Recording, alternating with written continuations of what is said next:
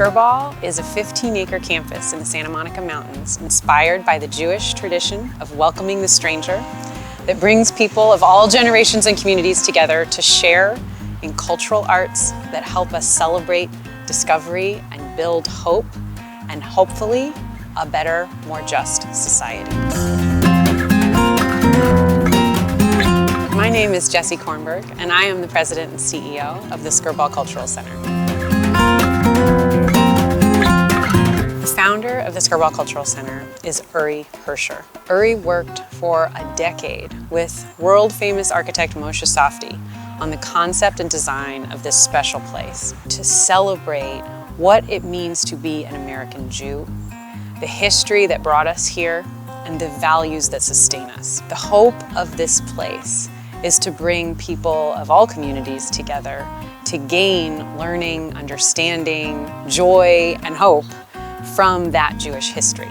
The planning for the Skirball Cultural Center began in 1982. This site opened to the public in 1996. We have a north and south campus, and it includes our permanent collections in the Skirball Museum, as well as temporary exhibition space. We have performing arts spaces, an outdoor amphitheater, an indoor amphitheater, and then beautiful hospitality spaces, both for life cycle events and for public programming and education classes. So it is a multi-dimensional campus. We are so happy to be able to use it in so many different ways. The Skirball Museum is a collection that dates back to the 1800s. It's a collection of Judaic artifacts, tokens of Jewish history, and then the objects of everyday ritual life, as well as rare documents, papers, Torah scrolls, and the evidence of diaspora. That collection was housed originally in Cincinnati and then moved here to Los Angeles as part of the development of the Skirball Museum.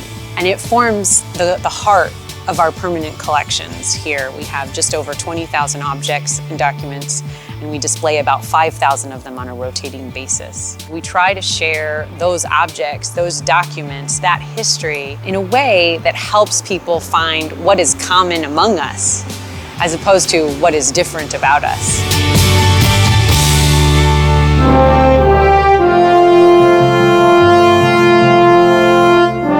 We have 3 traveling exhibition spaces, and we're very lucky to both have an in-house curatorial team that can develop our own exhibitions like RBG and Henson. Also bring in take shows, which we think are really special and reflect our mission.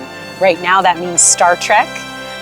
And so we are choosing exhibitions that we feel express our mission, this idea of celebrating discovery and humanity and building hope and a more just society, and always emphasizing how those values and experiences connect to and are reflected in Jewish history and Jewish values.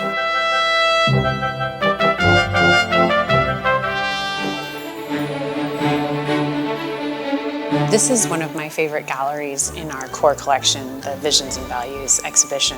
What we have here is a scale model of the hand and torch from the Statue of Liberty. It's actually 1/30th the size of the real statue, which is pretty spectacular. She's a large lady. This gallery really celebrates the experience of Jews seeking refuge in America, finding new homes here, building new communities, mixing and assimilating and acculturating with those who were already here and those who would come after, and being part of an American building towards greater justice and greater freedom and greater equality for Americans here.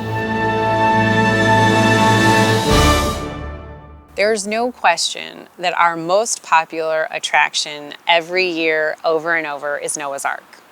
And that attracts the most diverse group of visitors in terms of age, because we have some of our very youngest visitors coming with their friends, their parents, and their grandparents on any given day.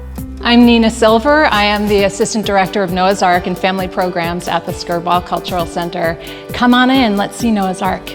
Noah's Ark was created as a family interactive destination for people in Los Angeles and beyond to come and explore the story of storms, arcs, and rainbows. But really, it's to have a great time and to learn together and to get those creative juices flowing and the imagination as children use their empathy. So you'll see all kinds of things going on here, from music jams to storytelling to puppeteering. It's just a wonderful place to bring your family. Everything that you see here is handmade. It has a really authentic feeling. And all of our animals, there are over 300 different kinds of animals. They're made out of repurposed materials. The idea behind this is that each object is getting a second chance at life in the same way that the animals in the story of Noah's Ark are also getting a second chance. What we have here is a real example of embodied learning.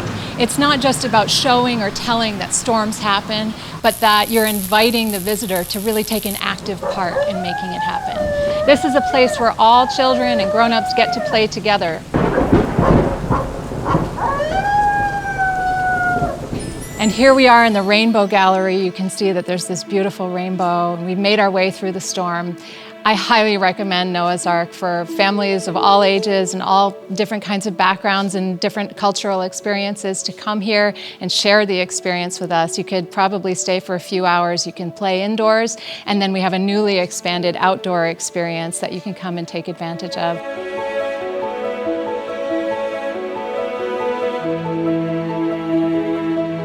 Along with everyone else, we closed in March of 2020 and did not reopen to the public until May of 2021. As we reopen, we are doing so acknowledging how devastating this last year has been. And so we have created an evolving exhibition called Sustain. There are 3 phases to Sustain so far. There's more to come. And each phase is intended to take learning and tradition from Jewish history and Jewish ritual and share it with our audiences in recognition of what this last year of loss has meant. The first phase was a simple yahrzeit candle, a teaching about what the history of yahrzeit candles has been. The second phase of Sustain is a visitation stone experience. And so we share the history of visitation stones, that they began as grave markers and evolved into a ritual tradition of Jewish mourning, and offer our visitors an opportunity to place a visitation stone themselves here on our campus in memory of someone or something that they lost in this last year. The third phase of Sustain has just been unveiled, and it is a series of portraits of the people who have been frontline and essential to our survival over this last year. What I look forward to are these values and this history and sharing it with more people in more ways.